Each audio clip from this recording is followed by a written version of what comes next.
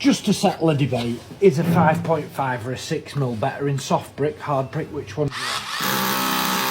Here we have a 5.5.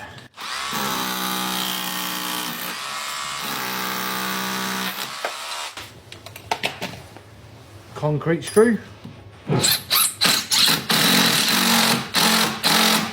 Sunk. Let's go for a 6mm. 6mm. Same place at brick.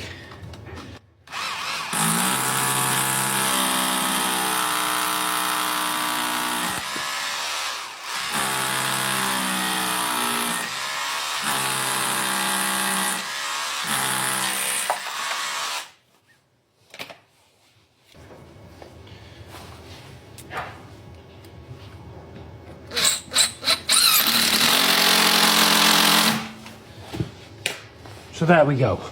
Soft brick, hard brick, 6mm works. So this is a 5.5 into a concrete common. This is a 6mm into a concrete common. This is a 5.5 into a soft brick. This is a 6 into a soft brick. Majority of cases, a concrete screw is going to work in a 6mm hole. On very rare occasions, you may need to go to 5.5.